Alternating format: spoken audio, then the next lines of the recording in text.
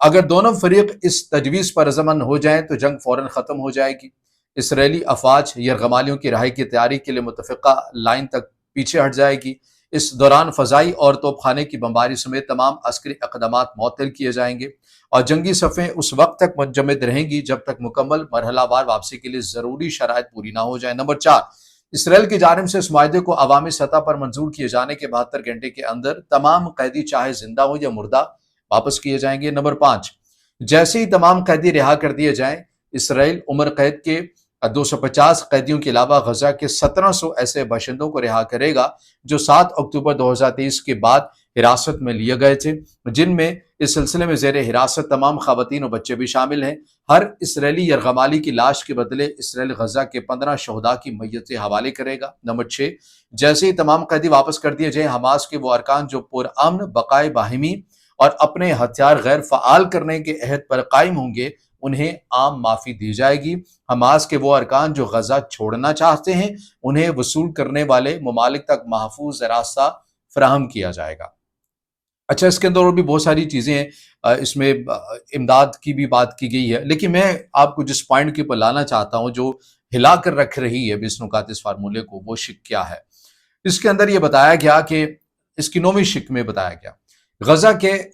کا انتظام ایک عارضی عبوری نظام حکومت کے تحت ہوگا جو تکنیکی ماہرین پر مشتمل غیر سیاسی فلسطینی کمیٹی کے ذریعے چلایا جائے گا۔ یہ کمیٹی غزہ کے عوام کے لیے عوامی خدمات اور بلدیاتی امور کی روزمرہ نگرانی اور انجام دہی کی ذمہ دار ہوگی۔ یہ کمیٹی ماہر فلسطینیوں اور بین الاقوامی ماہرین پر مشتمل ہوگی جس کی نگرانی اور دیکھ بھال ایک نئے بین الاقوامی عبوری ادارے بورڈ آف پیس کے ذریعے کی جائے گی، جس کی قیادت اور صدارت صدر ڈونلڈ ٹرمپ کریں گے۔ دیگر اراکین اور سربراہان مملکت کا اعلان بعد میں کیا جائے گا، جن میں سابق برطانوی وزیر ٹونی بلیئر بھی شامل ہیں۔ یہ سابق وزیر اعظم تھے برطانیہ کے۔ اچھا، میں یہاں پر آپ کو روکوں گا، اسی پوائنٹ کے پر میں نے آپ کو لانا تھا۔ اب اس کے اندر یہ بتایا گیا کہ بورڈ آف پیس ہوگا جو غزہ کے اندر تمام مملکت کے امور کو دیکھے گا، اور اسی کے تحت جہاں پر یہ بات کی جاتی ہے کہ ایک پیس فورس بھی ہوگی، اسلامی فورس بھی ہوگی۔ وہ جو فورس آئے گی، وہ جب آئے گی اس کے خط و خال کیا ہوں گے وہ سامنے آ جائیں گے، لیکن بنیادی طور پر جو نقطہ ابھی تک جو سمجھ میں آیا ہے، ممکن ہے میری تشریح غلط بھی ہو، لیکن جو میں سمجھ پایا ہوں وہ یہ ہے کہ یہ جو بورڈ آف پیس ہوگا جو غزہ کے اندر حکومت کے نظام کو، اسٹیٹ کو آپریٹ کر رہا ہوگا، اس کے انڈر یہ فورس آئے گی، اس کے زیر انتظام یہ فورس آئے گی، اور اس سے متعلق پوچھ گچھ چیزیں تمام جو پولیس کی نگرانی یہ فورس کرے گی، اسلامی فورس کرے گی، یہ بورڈ آف پیس کو جواب دہ ہوگی، یعنی جس کے سربراہ امریکی صدر ڈونلڈ ٹرمپ ہوں گے۔ اور ظاہر ہے وہ چونکہ دیگر مصرفیات کے اندر بھی ہوں گے تو ممکنہ طور پر نام جو گردش کر رہا ہے وہ برطانیہ کے سابق وزیر اعظم ٹونی بلیئر کا نام سننے کو مل رہا ہے کہ وہ اسے لیڈ کر سکتے ہیں۔ ٹونی بلیئر بہت سارے دوست جانتے ہوں گے کہ یہ کون ہے، یہ وہی ہیں جن سے متعلق کہا جاتا ہے کہ عراق سے متعلق انہوں نے کہا تھا کہ ان کے پاس معلومات ہیں کہ عراق کے اندر کیمیائی ہتھیار موجود ہیں صدام حسین کے پاس، اور بڑے پیمانے کے اوپر دنیا کی تباہی بھی ہو سکتی ہے، اور ان معلومات کی بنیاد پر جو کچھ پھر عراق میں ہوا وہ بھی ہمارے سامنے رہا۔ پھر اس کے بعد ان کے اوپر کافی تنقید بھی کی گئی، ان سے سوال پوچھا گیا کہ بھئی آپ نے تو کہا تھا کہ آپ کے پاس انٹیلیجنس معلومات تھیں کہ عراق کے پاس کیمیائی ہتھیار ہیں، تو وہ ہتھیار تو نہیں نکلے عراق میں اتنی طویل جنگ کے بعد، اس کے اوپر آپ کیا کہیں گے؟ پھر اس کے بعد انہوں نے ایک معافی مانگی تھی، کن الفاظ میں اور کس وجہ سے وہ میں آپ کے سامنے رکھتا ہوں۔ ان کے جملے یہ تھے کہ I express more sorrow, regret and apology than you may ever know or can believe۔ میں اس سے زیادہ افسوس اور معذرت کا اظہار کرتا ہوں جتنا آپ سوچ سکتے ہیں۔ یعنی کہ یہ چلکوٹ ایک رپورٹ بھی شائع ہوئی تھی جس کے اندر یہ کہا گیا تھا کہ عراق جنگ غلط انٹیلیجنس پر مبنی تھی اور اس کے لیے پالیسی ساز ذمہ دار تھے۔ یعنی اتنے ایک ملک کے اوپر ایک غلط انٹیلیجنس کی بنیاد پر جنگ کی گئی، اس کی معیشت، اس کی ثقافت، اس کی تہذیب، اس کی اقدار، اس کے لوگوں کو تباہ و برباد کیا گیا، اور اینڈ پہ یہ کہا گیا کہ چونکہ غلط معلومات تھی۔ تو یہ وہی ٹونی بلیئر ہیں